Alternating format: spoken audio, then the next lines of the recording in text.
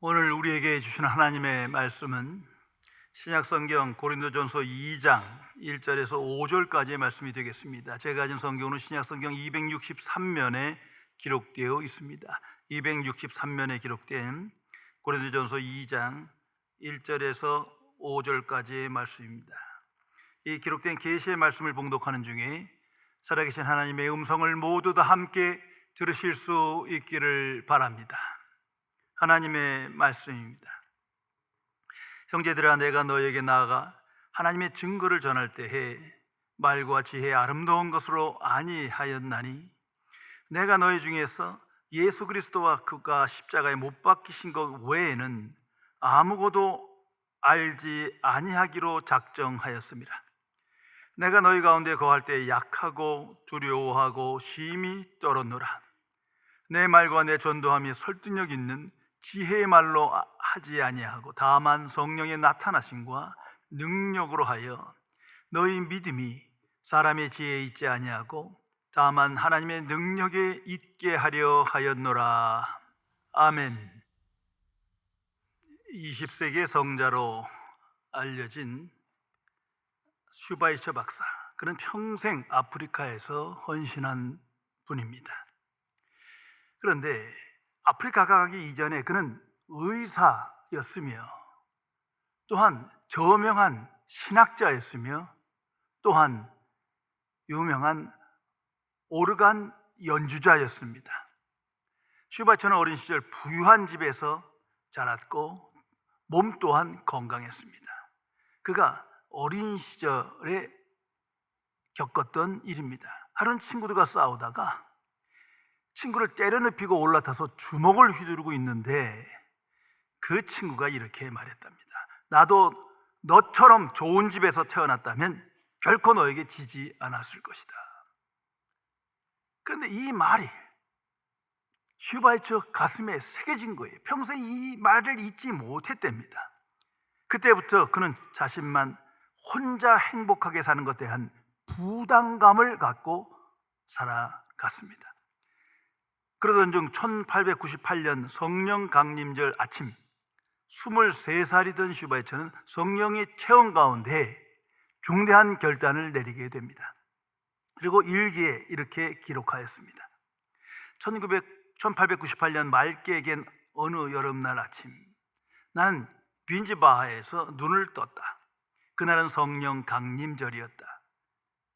그때 순간적으로 이런 생각이 스쳐갔다.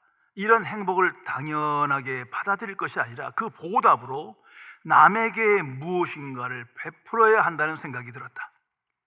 나는 생각을 거듭한 끝에 30살까지는 학문과 예술을 위해 살고 그 이후에는 인류에 봉사하며 복음을 전하며 살리라고 결심하였다. 이 결단대로 그는 실천하여 위대한 인생을 살아간 사람으로 역사에 기록되었습니다. 성도 여러분, 인생은 자신의 결단에 의하여 결정되는 것입니다. 인간은 자신의 인생에 책임적 존재로 창조되었다는 것을 항상 기억해야 할 것입니다. 그럼에도 불구하고 대다수의 사람들은 불행하게도 무책임한 존재로 살아갑니다. 자신의 인생에 자신의 결단에 의하여 살아가는 것이 아니라 세상 풍조에 휩쓸리며 때로는 타인의 결단에 끌려서 살아갑니다. 내가 결단하지 않으면 다른 무엇에 끌려가게 되어 있는 겁니다. 그러면서 바쁘게 분주하게 살며 무의미한 인생으로 막을 내리는 것을 우리는 봅니다. 그래서 인생의 시작과 끝에 대한 무지로서 살며 다가오는 죽음에 대한 아무 준비 없이 살며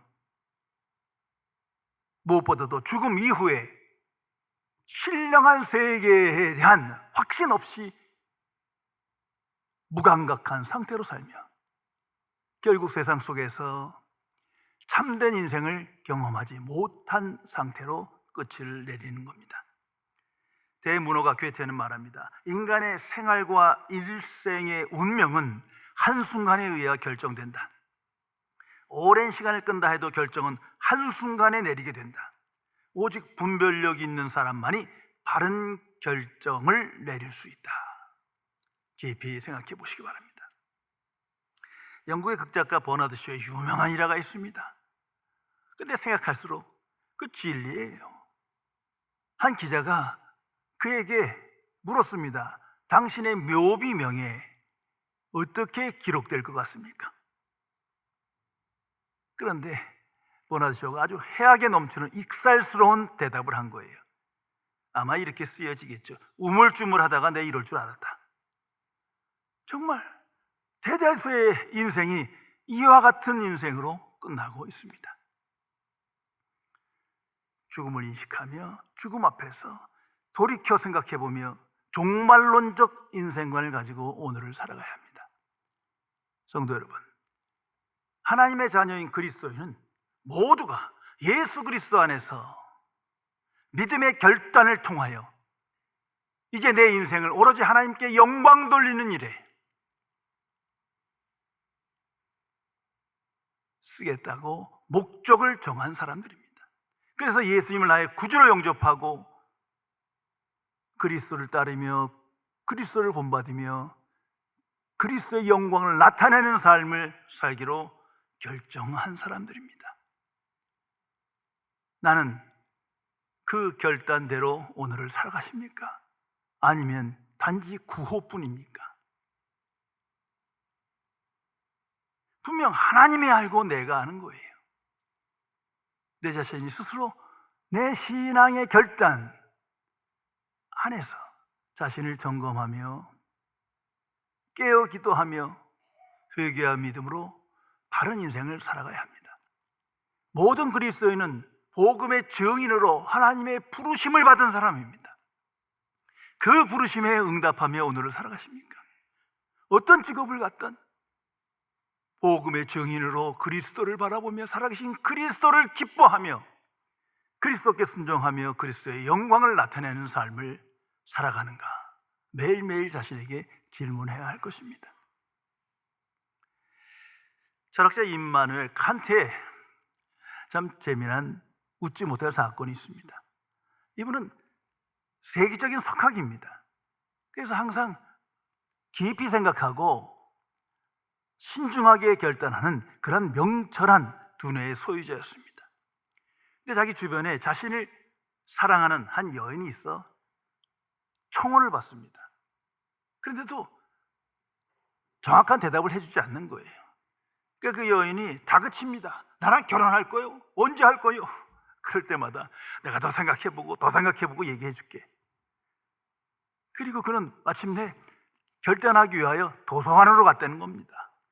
도서관에 가서 결혼에 관한 모든 책을 갖다가 놓고 분석하기 시작합니다. 결혼해서 이로운 거, 결혼해서 해로운 거, 결혼할까 말까, 이거 분석하고 연구하면서 상당한 시간을 보냈어요. 그리고 결단을 내립니다. 신부 집에 가서 신부 아버지에게 나 당신 딸이랑 결혼할 테니까 딸을 주십시오. 여인의 아버지의 대답입니다. 여보게 너무 늦었네. 내 딸은 벌써 결혼해서 2아이의 어머니가 되었다. 성도 여러분, 내가 정말 신앙 고백 속에서 살아계신 하나님, 살아계신 예수 그리스도, 살아계신 성령 하나님, 그 앞에서 나의 믿음의 결단을 내일로 미래로 미루어서는 안 됩니다. 내게 말씀이 들릴 때, 내게 하나님의 은혜가 체험될 때, 살아계신 그리스도가 인식될 때, 바로 그 시간, 오늘 지금 결단하며 실천하며 새로운 인생을 살아가야 합니다. 세상 중심이 아니라 하나님 나라 중심의 삶을 살며 더 이상 나의 영광을 쫓는 것이 아니라 그리스도의 영광을 나타내는 인생을 살아가야 할 책임적 존재가 하나님의 자녀이기 때문입니다. 오늘 성경에 보면 신앙인들의 관점에서 보면 위대한 인생을 산 사도 바울의 최종 결단이 성경에 기록되어 있습니다. 자신의 인생에서 가장 중요한 결단을 내린 사건이 기록됩니다. 그는 이 결단을 내렸기에 그 결단을 실천하여 위대한 사람으로, 위대한 인생을 산 사람으로 우리에게 기억되는 겁니다. 그것이 2절에 이렇게 기록되어 있습니다. 내가 너희 중에서 예수 그리스도와 그가 십자가에 못 박힌 것 외에는 아무것도 알지 아니하기로 작정하였습니다. 항상 묵상하며 이 말씀이 나의 기도가 되며 나의 결단이 되며 이 말씀에 붙들려 오늘을 살아가야 할 것입니다. 이 본문 상황은 좀 특별합니다. 지금 사도 바울이 처음 다메섹 도상에서 부활하신 그리스도를 만날 때 그때가 아니에요. 다시 말해서 이미 거듭난 자예요. 하나님의 사람이에요. 그래서 그는 이미 결단했어요. 그리스도를 따르며 그리스도를 본받는 인생을 살기를 결단하며 헌신한 사람입니다. 더욱이 지금 이 상황은 온 세계를 다니면서 복음을 전파했습니다. 선교 여행 중에 많은 사역을 하는 그 가운데에서 한 새로운 결단입니다. 오로지 그리스도를 아는 지식의 충만함에 이르러 그리스도와 연합하여 그리스도를 본받으며 그리스도를 전파하며 십자가의 복음만을 증거할 것이다. 새롭게 결단합니다. 지나간 세월을 생각하며 그리고 남은 인생을 생각하며 가장 중대한 결단을 내리고 있는 겁니다. 전 지난 주간에 멕시코를 다녀왔는데 오래전부터 알던 선교사님의 초청으로 갔었습니다. 그분 한 30년간 멕시코에서만 선교하셨어요. 자, 많은 사역을 했고 많은 일을 했습니다. 이제 나이가 60 중반 돼서 몇 년 후에 은퇴를 하는데 지금 굉장히 중요한 시기라고 보내는 결정하는 거예요. 그래서 무슨 일을 하면서 이 마무리를 져야 될까? 어떻게 해야 될까? 하면서 본인의 계획을 많이 말씀하시더라고요. 그 중에 특히 한 지역인 어려운 사람이 사는데 그들 가난한 사람 좀 도와야 되겠다. 너무 불쌍하니까. 그 기술을 가르치는 거예요. 뭐 빵 만드는 기술이라든지 초밥 만드는 기술 같은 거 가르쳐서 좀 자립하게 해줘야 되겠다. 또는 많은 전도한 멕시코의 그 목회자들, 그들을 재교육할, 또한 단기 선교팀이 오면 같이 묵고 함께 신학적 토의를 할 만한 그런 공간을 준비해야 되겠다. 그리고 벌써 땅도 사놨더라고요. 그러면서 많은 것을 말씀한 제게 물어요. 어떻게 했으면 좋겠습니까? 그래서 내가 목사님이, 선교사님이 내 말대로 할 거예요. 일단 말씀해 주세요. 그 말씀이 맞으면 그대로 하겠습니다. 그래서 제가 오늘 본문 2절 말씀, 이 말씀을 드렸어요. 어차피 내 얘기는 안 들을 거고 하나님 말씀 들으세요. 지금 이렇게 계획하고 저렇게 계획한 거 해도 안 돼도 그만이요. 그게 왜 이렇게 중요한 겁니까? 가장 중요한 것이 하나님의 뜻이 무엇인지 거기에 초점을 맞추세요. 사도 바울처럼 지난 생을 돌이켜보세요. 아무것도 아닌 거예요. 순식간에 지나간 거예요. 분주하게 지나간 거예요. 남은 시간도 그와 같이 지나갈 거예요. 이제 하나님 앞에서 내 인생의 가장 중요한 결단, 무엇을 위해서 어떻게 결단해야 할 것입니까? 사도 바울과 같이 이 결단이 내 결단이 되고 이 말씀이 내 안에 사건이 되기를 기도하세요. 먼저 선교사님이 먼저, 그리고 그 일에 집중하세요. 그러면 제가 아는 바 그것이 최상의 인생이라 저는 확신합니다. 그들이 큰 도전과 충격을 받았다고 하시는데 어떡할지 모르겠어요. 한 말씀 더 드렸어요. 죽은 다음에 천국이 아니라 세상 속에 있는 천국을 증거하세요. 왜? 살아계신 그리스도가 오늘 역사하고 내 안에 계시는데 그리스도와 함께하며 그리스도를 따르며 그리스도의 통치가 나타나는 그런 인격적인 복음을, 십자가의 복음을 전해야 합니다. 말씀드렸습니다. 자, 사도 바울 위대한 사도입니다. 엄청난 많은 일을 했습니다. 지금 온 세상을 다니면서 온갖 박해를 받으면서 죽음을 두려워하지 않고 하나님의 복음을 전하고 있습니다. 그런데 돌이켜보면 많은 생각을 갖게 되는 거예요. 이제 남은 인생을 생각하며 다시 한번 결단합니다. 이제는 오직 예수 그리스도와 그가 나타낸 십자가와 부활만을 전파하리라. 그 외의 건 다 차선인 거예요. 어떻게 보면 그다지 중요한 것도 아니에요. 가장 중요한 것이 예수 그리스도 안에서 무엇인가를 다시 결단하게 됩니다. 성도 여러분, 우리 모든 하나님의 자녀도 이 말씀과 같이 바울의 결단과 같은 신앙의 결단을 갖고 오늘을 살아가야 합니다. 그래서 빌립보서 3장에 보면 그는 고백합니다. 그리스도라는 지식이 가장 고상한 지식이다. 이것을 위하여 다른 것은 배설물로 해로 여기느니라. 갈라디아서 6장에서 말합니다. 예수 그리스도의 십자가 외에는 결코 자랑할 것이 없느니라. 그리스도 안에서 하나님 앞에서 한번 생각해 보세요.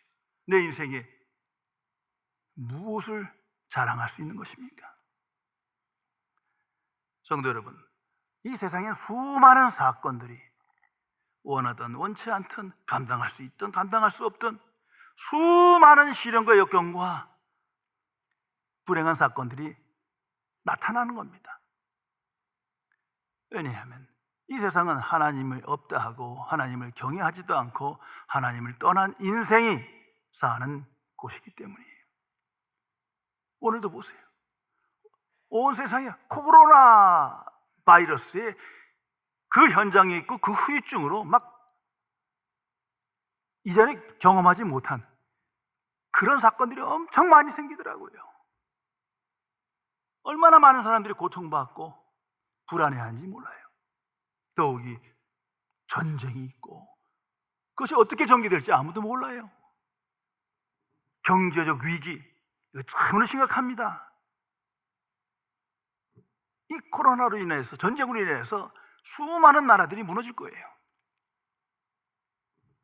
모든 경제, 교육, 정치, 문화, 사회 수많은 문제를 안고 있고 직면해야 합니다. 한마디로 불확실한 시대.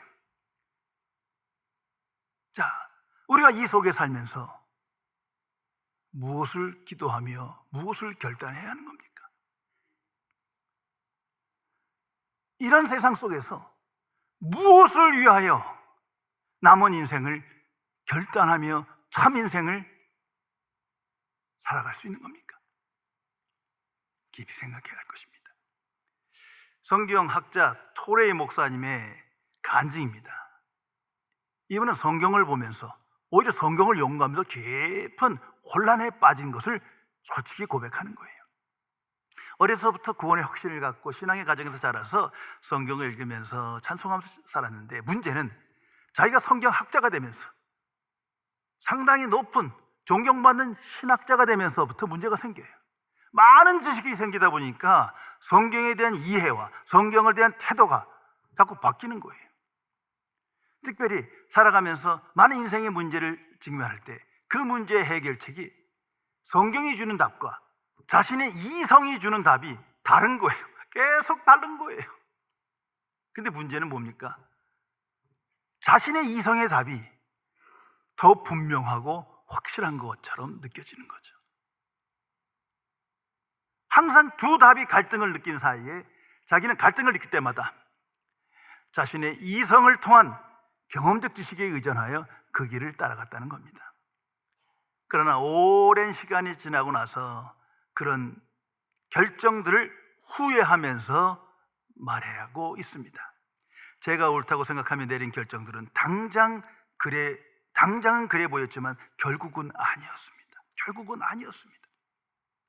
세월이 흐를수록 제가 느꼈던 것은 하나님이 나보다 더 많이 알고 계신다는 것이 확실하다는 것뿐입니다. 그렇지 않습니까? 하나님의 자녀는 오로지 하나님 앞에서, 하나님의 말씀 안에서 믿음의 결단을 내리며 분별력을 가지고 오늘을 살아가야 합니다. 오늘 성경 1절에 사도 바울은 이렇게 진술하고 있습니다. 형제들아, 내가 너희 하나님에게 나아가 하나님의 증거를 전할 때 말과 지혜의 아름다운 것으로 아니하였다. 다시 말해서 인간의 지혜와 능력과 이성을 확신을 가지고 하나님의 일을 하지 않았다. 이것이 옳습니다. 그러나 이 진술 속에는 자신의 후회가 있는 겁니다. 왜? 바로 이전에 그런 일을 한번 저질렀거든요. 지금 고린도에 있는데 바로 이전에 아덴에서 사역을 했습니다. 사도행전 17장에 보면 나타나는데 당시에 아덴, 오늘 아테네죠. 이게 당시 최고의 지성인과 철학자들이 모인 곳이에요. 그럼에도 불구하고 그들이 수많은 우상들을 만들어갖고 많은 우상들을 보면서 사도 바울이 분개합니다. 성경은 그렇게 기록합니다. 그래서 뛰어들어가서 분노해서 변론하고 쟁론했다. 성경은 그렇게 진술합니다. 다시 말해서 자신의 이성적 능력과 지식과 경험을 통해서 그들과 논쟁을 벌인 거예요. 예수는 십자가에 죽으셨으나 살아나셨다. 하나님은 한 분이시다. 오늘도 역사의 주인이시다.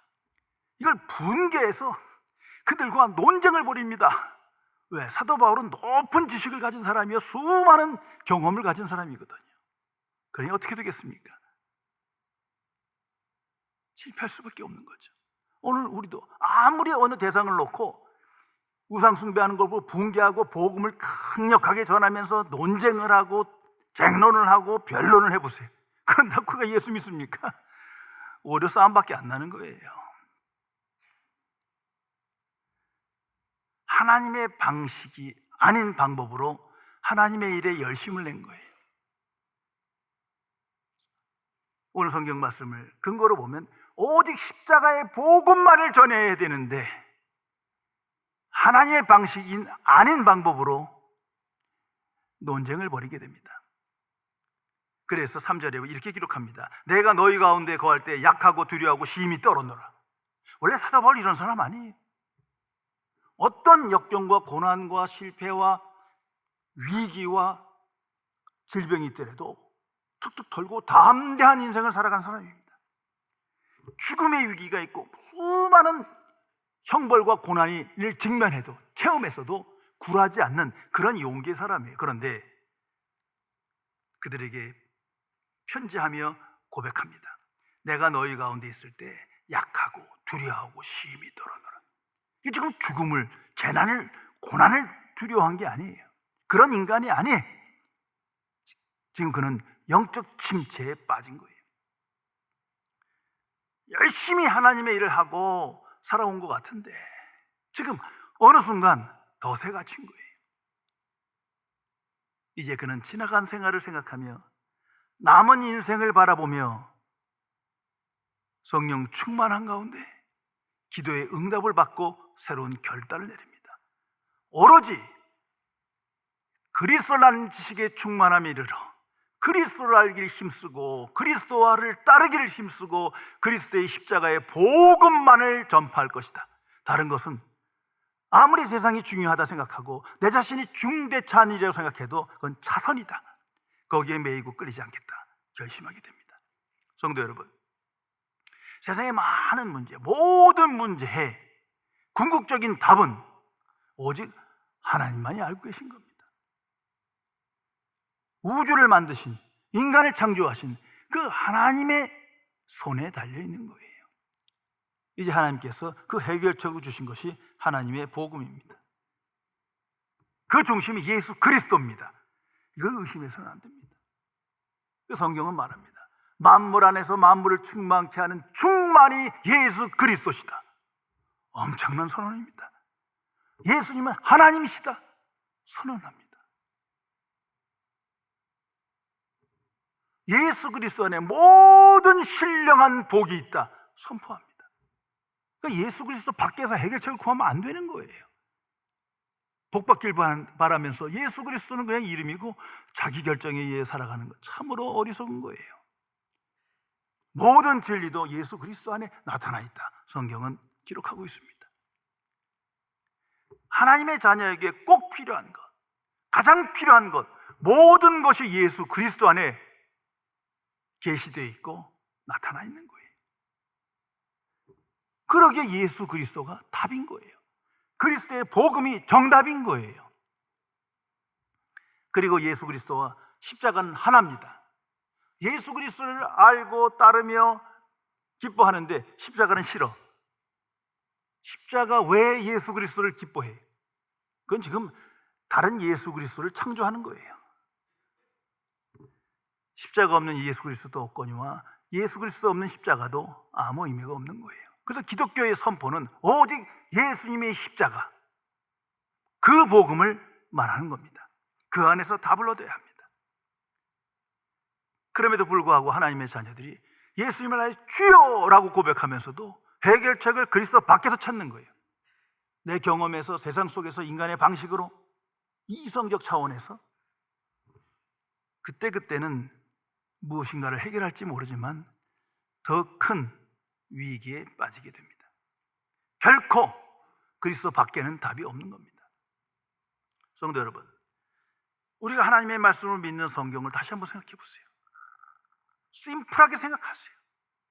성경 전체는 예수 그리스도를 증거하는 겁니다. 다시 생각하면 성경 안에서 예수 그리스도를 만나지 못하면, 그리스도라는 지식을 얻지 못한다면 그거 피해가야 돼요. 지금 예수 그리스도 밖에서 어떤 교훈을 얻고 있는 거예요. 무엇보다 중요한 것은 거듭난 하나님의 자녀에게 영생이 우리 안에 있습니다. 하나님이 사시는 생명이에요. 그 영생이 역사합니다. 그 영생은 오직 예수 그리스도만을 바라보게 합니다. 그리스도를 알고 싶고 그리스도라는 지식에 충만하면 이르게 합니다. 그런 거로 영생의 차원에서 생각하면 내가 결단하는 게 아니라 영생이 결단케 하는 거죠. 십자가에 죽으셨으나 부활하신 그리스도, 오늘도 살아계신 그리스도만을 향한 인생을 살도록 우리를 인도합니다. 또한 성령께서 그렇게 역사하지 않습니까? 성령을 받지 못하면 그리스도인이 아니에요. 우리 안에 부에서 성령이 계십니다. 성령께서는 항상 먼저 예수 그리스도를 초점으로 그리스도와 연합하며 그리스도를 본받으며 그리스도를 따르게 하십니다. 또한 살아계신 그리스도를 생각해 보세요. 어디에 계신 겁니까? 정말 살아계신 그리스도를 내가 믿는다면 그분은 역사 안에서 역사하시고 내 안에서 역사하십니다. 사도 바울은 갈라디아서 2장에서 고백합니다. 이제는 내가 사는 것이 아니라 내 안에 그리스도께서 사시는 것이다. 빌립보서 1장에서도 말하지 않습니까? 내게 사는 것이 그리스도다. 성도 여러분, 정말 나는 살아계신 그리스도를 믿으십니까? 정말 믿는다면 바울의 이 결단이 나의 결단이 될 수밖에 없는 거예요. 오직 살아계신 그리스도를 알고 싶고 그리스도를 아는 지식에 충만함에 이르고 싶고 그리스도의 영광을 나타내고 싶고 그리스도와 함께하는 인생으로 끝나고 싶은 거예요. 이것이 당연한 것이 아니겠습니까? 예수님의 십자가는 성령의 사람, 영생을 소유한 자에게는 수치나 형벌이나 고통이나 실패가 아닙니다. 이것은 승리입니다. 유일한 승리의 길입니다. 십자가의 길 외에는 천국에 들어갈 수 없습니다. 그러므로 천국 시민권을 간 자는 오늘 십자가의 복음을 사랑하며 십자가의 도를 묵상하며 십자가의 길을 따라 주와 동행하며 오늘을 살아가게 됩니다. 이것이 하나님의 방식입니다.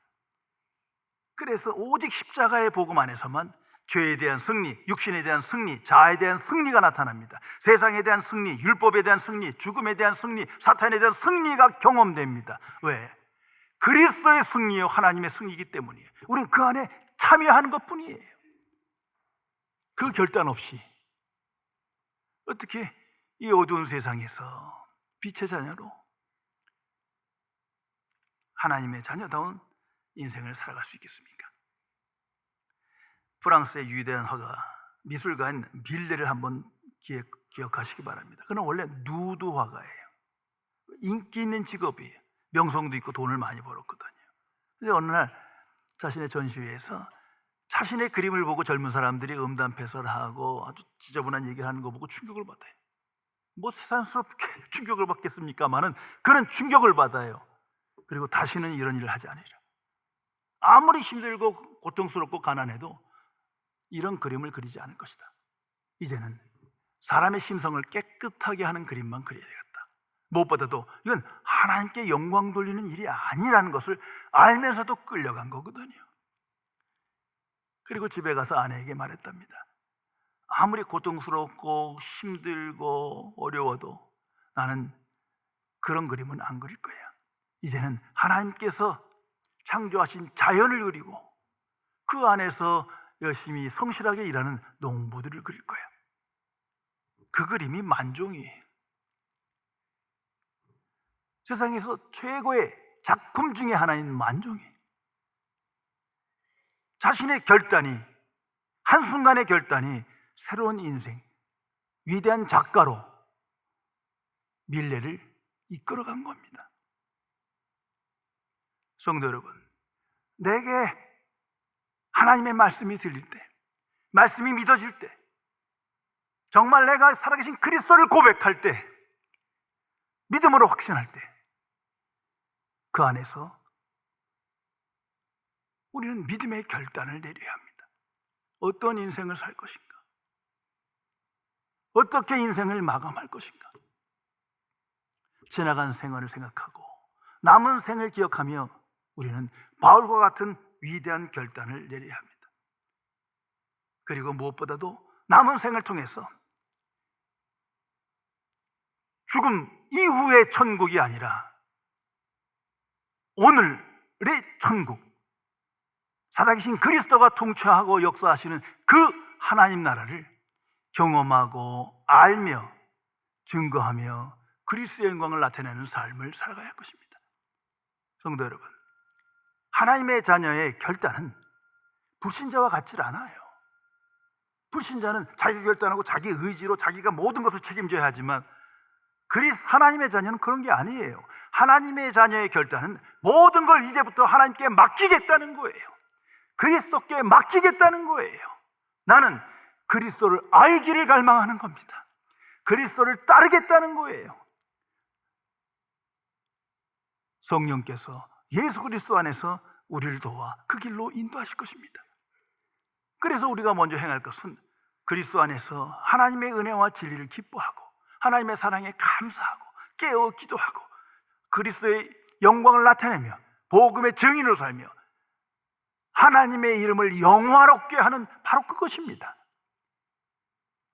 그럴 때 하나님께서 내 중심을 보시고 비밀한 기도를, 내 신앙의 결단을 귀하게 여기시어 사건으로 응답하여 이루어 주실 것입니다. 기도하시겠습니다.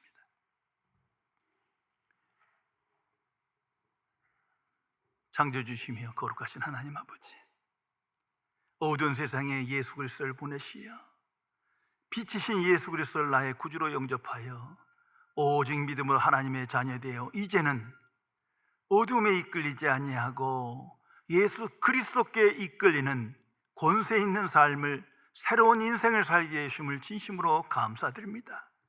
그러나 이 결단을 망각하고 인생의 중대한 결단을 내리지 못하여 부지불식간에 세상 풍조에 휩쓸리며 원치 않는 타인의 결단에 이끌려가는 인생을 살아가며 항상 어둡고 부정적이고 불안하고 좌절하며 낙심과 절망과 두려움 속에 살아가는 미련한 인생을 용서하여 주옵소서. 나의 주 성령이시여, 우리 안에 영생의 능력으로 오직 예수 그리스도를 향한 삶을 결단케 하시어 바울의 결단이 나의 결단이 되어 이 말씀이 나에게 사건으로 임하여 오로지 그리스도의 영광을 나타내는 참된 인생을 살도록 지켜 주옵소서. 우리 주 예수 그리스도의 이름으로 간절히 기도드리옵나이다. 아멘.